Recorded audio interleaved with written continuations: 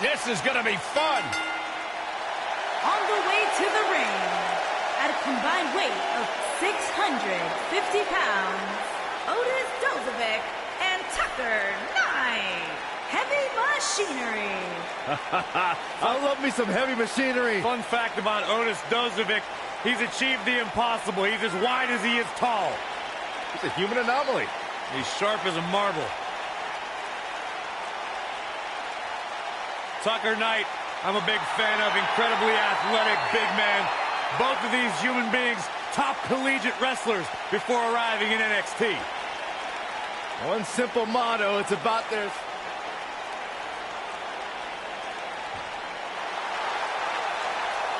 Here's a man who's put the Cruiserweight division on the map in WWE.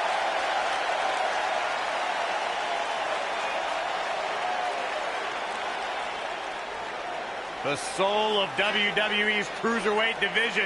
And their opponents. First, from Charlotte, North Carolina, weighing in at 200 pounds, Cedric Alexander.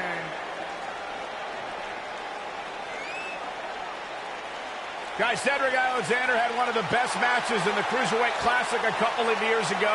It was so good, Triple H came out and applauded the man and then signed him to a WWE contract. Cedric's a true testament to hard work and chasing your dreams and never saying die. Cedric has a bright future here in WWE. Cedric Alexander dropped 20 pounds just to be part of the Cruiserweight Classic, and he hasn't looked back since.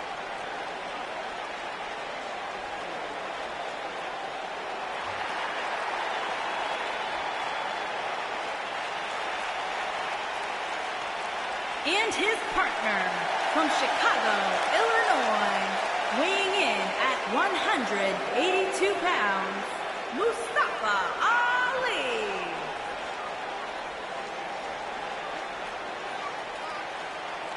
One of the most exciting competitors in all of WWE, Mustafa Ali can drop your jaw with some of his mind-blowing offense. A very motivated young superstar. He says he treats every match like it's a fight for his life.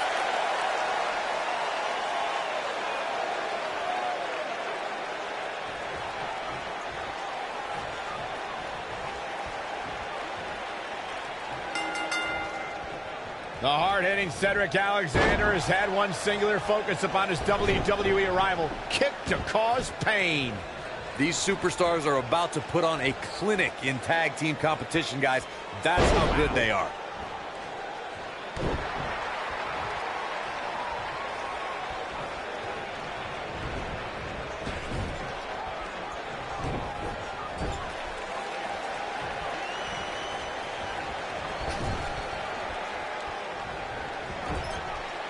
Oh, that was a hard shot. What a strike.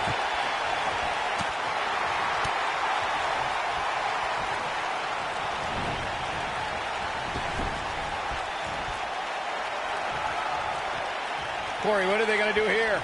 We're about to find out.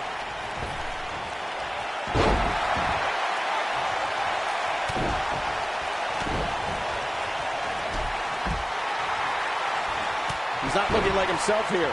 Headed into this match, seeing his partner look extremely confident. The beauty of tag team competition is that he doesn't need to take the entire brunt of the opposition's attack. Though the thought of making a tag doesn't necessarily appear to be on his mind right now. If things don't change in a hurry, this has all the makings of a short evening for him. Vertical suplex. Nice. Cedric Alexander really seems to thrive when it comes to tournaments. In 2016, he had a classic match against Kota Ibushi in the Cruiserweight Classic. 2 years later, a tournament got him in a championship match at WrestleMania.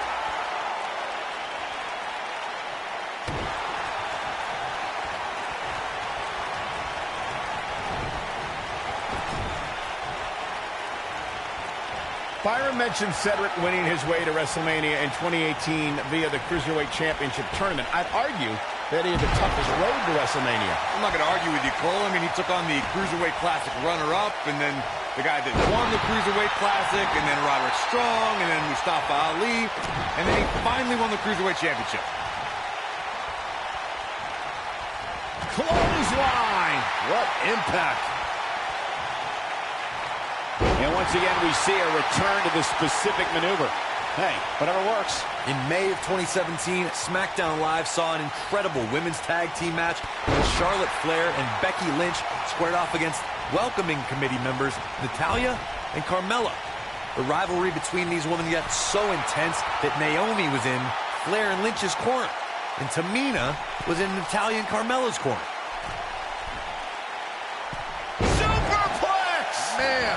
I think only a group as treacherous as the welcoming committee could bring Becky Lynch and Charlotte Flair back together.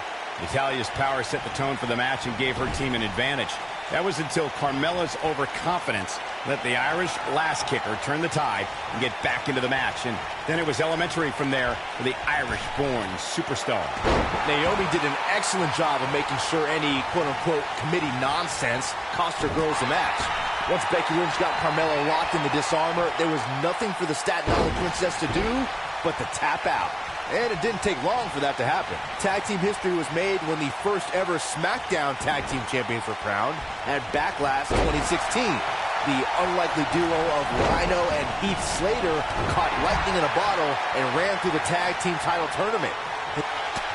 Looking to end this thing. Can they step through? Yes.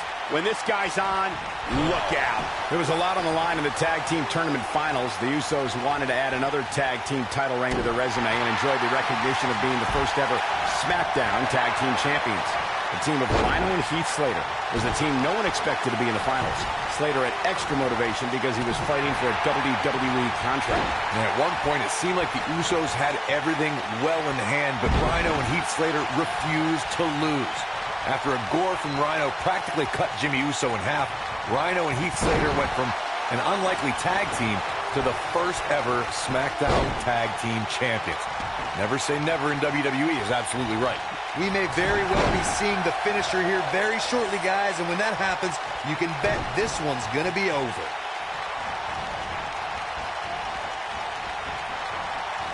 And now he goes for it a second time. Oh, man, what a hit. Knocked right off the apron. I'm with Corey. I suspect the finisher is on the horizon, and given how impactful that move has been as of late, Tucker Knight is in position.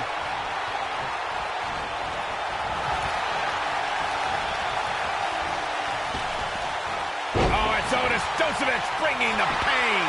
I'm not sure how much he has left. Oh, man, Cedric Alexander really needs... And we have our winners. I can't remember a tag team match in recent memory that was even close to as good as that one was. That was just one of those matches that the men involved should just be proud to be a part of. A legendary performance. I could watch highlights of that one all night long. One of the great WWE matches I've ever been able to watch. Wow. I haven't seen a match like that in a long time. I might go home and watch a replay. It was that good. Here are your winners, Otis Dosevich and Tucker Knight. Heavy machinery. Big pinfall victory here tonight. That's a big win any day of the week, on any show, in any arena, Michael. And folks, just to confirm, yes, this San Antonio crowd really is as lively as they sound.